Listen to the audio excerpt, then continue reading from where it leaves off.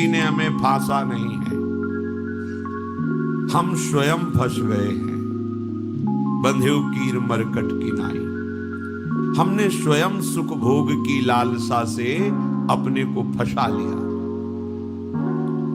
अब वास्तविक सुख क्या है, चरम सुख क्या है, हमारी आंतरिक मांग क्या है, ये हम नहीं जान पा रहे। बस सामने दृश्य को देखा और टूट पड़े, सुख भोग लेंगे, हम सुखी हो जाएंगे। ये भ्रम है। तुम किसी प्रकृति जनित रचना से कभी सुखी नहीं हो सकते, क्योंकि तुम परमात्मा अंश हो। तुम अपने अंशी की खोज कर रहे हो। भ्रम से तुम नाना प्रकार के दृश्य पदार्थों में, परिवर्तनशील नाशवान पदार्थों में अपनी मांग पूरी करना चाहते हो, नहीं हो सकती। क्यों? क्योंकि तुम चिदानंद अंश हो, तुम्हें चिदानंद सुख चाहिए। ये प्राकृतिक सुख अनेक जन्मों से भोगते चले आए। अगर कहीं इसमें हमारा विश्राम होता तो आज तक हम सुखी हो जाते। भगवत कृपा से संत समागम प्राप्त होता है, पर कैसी मलिनता बुद्धि की है कि संत समागम में जाकर के हम यही जानना चाहते हैं कि वो उपाय बताओ जिससे हमें मांगे हुए भोग प्राप्त हो। भोग भोगने वाला शरीर जो निश्चित नष्ट हो जाएगा, वो नष्ट ना होने पाए। संसार में माना हुआ सुख हमें भरपूर प्राप्त हो। भ्रम मत रखना। अगर संतों की इसमें आस्था होती तो संत काहे को ही बनते। जिनमें उनकी आस्था नहीं है वो तुम्हें कैसे दे सकते हैं। एक अंधा कुएं में गिरने जा रहा हो तो कोई नेत्र वाला उसको कैसे ढकेल सकता है, कैसे जाने दे सकता है। ऐसे ही हम ज्ञान नेत्रों से अंधे हैं, इसलिए हम इस भवकूप में नाना प्रकार के सुख की लालसा से कूदने जा रहे हैं या कूद चुके हैं। संतों का समागम बचाने के लिए होता है, फंसाने के लिए नहीं होता। लोग पूछते हैं कि संतों का क्या चमत्कार है, दिखाओ अपना चमत्कार। संतों का वास्तविक जो भगवत प्रेमी महात्मा है, उनका स्वाभाविक चमत्कार प्रकट होता है। उनके दर्शन से, उनके संभाषण से, उनके सानिध्य से विकारों का नाश और भगवत चरणारविंद की प्रीति, विषयी मन का निर्मल हो जाना, भोगों की तरफ आकर्षित चित्त वृत्ति का भगवदाकार हो जाना, ये संतों का चमत्कार है। तुम्हारा कोई रोग ठीक हो जाए, कोई भोग मिल जाए, कोई परिस्थिति सुधर जाए, इसे संतों का चमत्कार मत समझना। ये प्रारब्ध भोग सुख और दुख, पुण्य और पाप से प्रकट होते हैं, इसमें किसी का प्रभाव काम नहीं करेगा। अगर ऐसा होता तो संतों के शरीर में कभी कष्ट ही ना होता। भ्रम में मत फंसो, भ्रम में मत फंसो कि कोई संत तुम्हारे शरीर को अजर अमर बना देगा। तुम्हें भोगों की बाहुल्यता मिल जाएगी। व्यर्थ में भाग दौड़ बंद करो।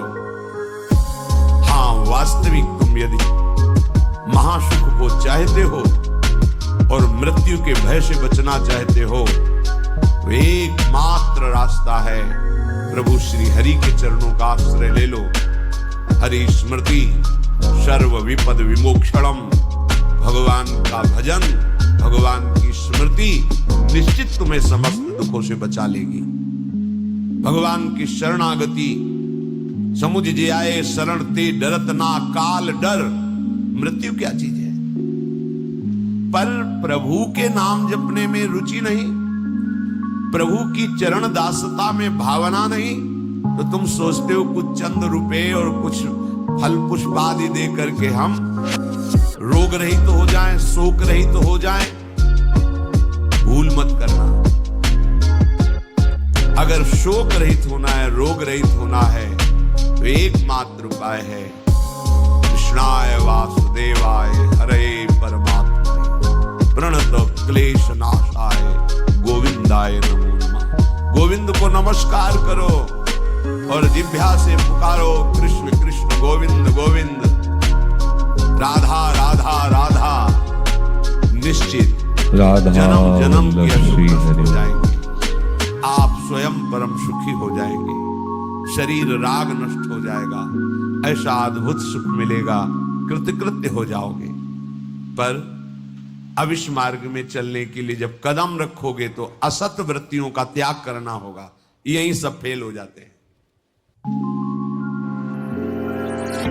All in one DMAT with multiple benefits. यहीं सब फेल हो जाते हैं। वो ऐसा शॉर्टकट ढूंढते हैं कि कुछ हम कमाए हुए पापाचरण से चंद रुपए आपको दे दें, आप हमें संभाल लेना, भूल मत करना। कभी ऐसा नहीं हो सकता। नाली के पानी से हाथ धोने से कभी हाथ पवित्र और निर्मल नहीं होते। ऐसे मलिन आचरण करके कमाए हुए धन से कभी तुम्हें पवित्रता प्राप्त नहीं हो सकती। ये सब नाटकबाजी मन की है। वहां चलो तुम्हारा सुधर जाएगा। कुछ नहीं सुधरेगा जब तक तुम सुधारना नहीं चाहोगे। तुम सुधारो अपने आप को। किसी का आशीर्वाद कोई काम नहीं करेगा जब तक तुम अपने आचरण नहीं सुधारोगे। तुम खाओ मांस, पियो मदिरा, करो व्यभिचार, नाना प्रकार की हिंसात्मक वृत्ति, तुम्हें भगवान भी नहीं माफ करेंगे, चाहे जहां भाग के चले जाओ। अधर्मा आचरण करने वाले को भगवान कहते हैं मैं साक्षात काल रूप से दंड देता हूं। शरणागत होकर नियम के अनुसार चलोगे तो भगवान तुम्हें दुलार करेंगे मां की तरह। ये सिद्धांत है। नाटकबाजी में फंसो तो फंसो, सिद्धांत से चलोगे तो कभी धोखा नहीं खाओगे, आनंद में मगन रहोगे। पर सिद्धांत में चलने के लिए असत त्याग करना होता है, इसीलिए सब फेल हो जाते हैं। कोई बिरला गुरु कृपा पात्र ही कदम आगे बढ़ाता है। ये भीड़ भागम दौड़ केवल वासनाओं की पूर्ति के लिए तो भ्रम में मत रहना।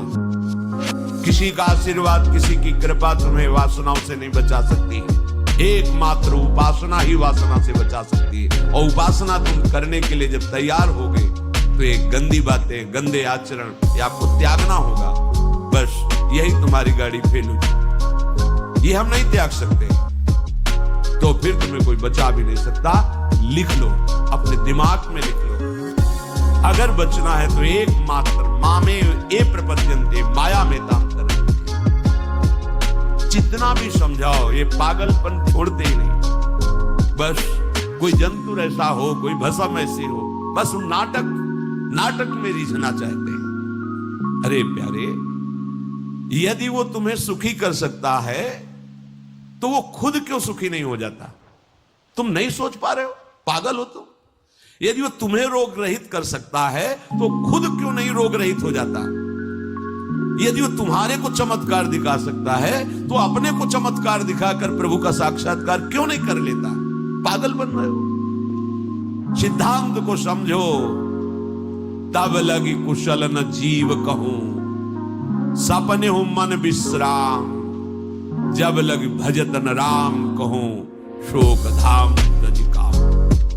जब तक शोकों का खजाना एक कामनाएं, इन कामनाओं को प्रभु के चरणों में समर्पित करके भजन नहीं करोगे, स्वप्न में भी सुख नहीं मिलेगा। जागृत की बात जाने दो। जो चाहत है नित्य सुख और मन को विश्राम, यही सब चाहते हैं।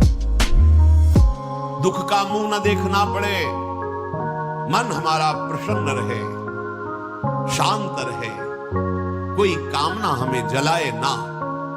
हाँ, है मार्ग हित ध्रुव हित सो भजत रहो, पल पल श्यामा श्याम श्यामा श्याम श्यामा श्याम।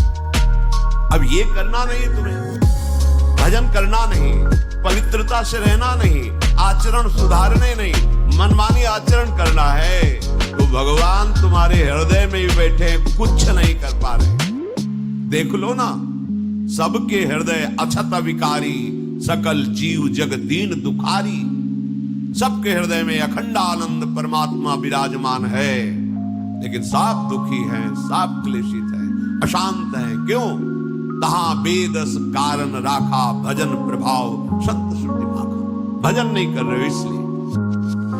भजन के बिना कुछ नहीं हो सकता। मान लो हमारी बात, कहीं भागने की जरूरत नहीं। राधा राधा राधा सब ठीक कर देंगी लाडली जी, बड़ी करुणामयी।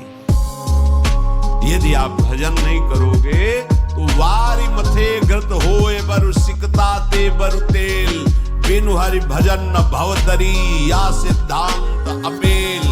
इसे कोई काट नहीं सकता, अपेल सिद्धांत है। विलिश्चितम बदामि तेन अन्यथा वचांसि में, हरि भजन्ति नरा भवसागर तरन्ति। पानी को मथ करके बड़ा चमत्कार कर लो, घी निकाल लो, हो सकता है। बालू को पेर करके तेल निकाल सकते हो सकता है।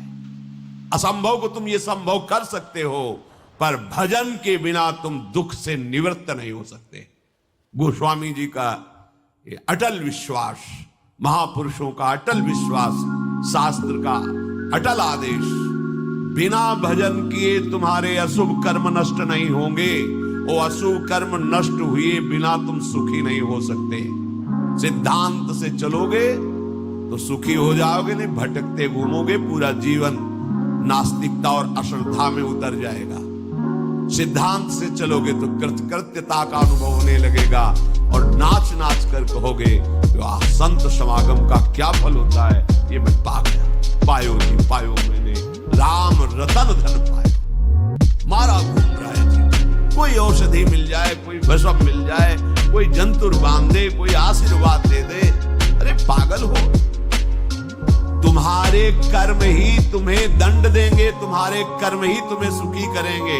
हाँ, हम कैसे अपने कर्मों को सुधारें, यह है संत समागम।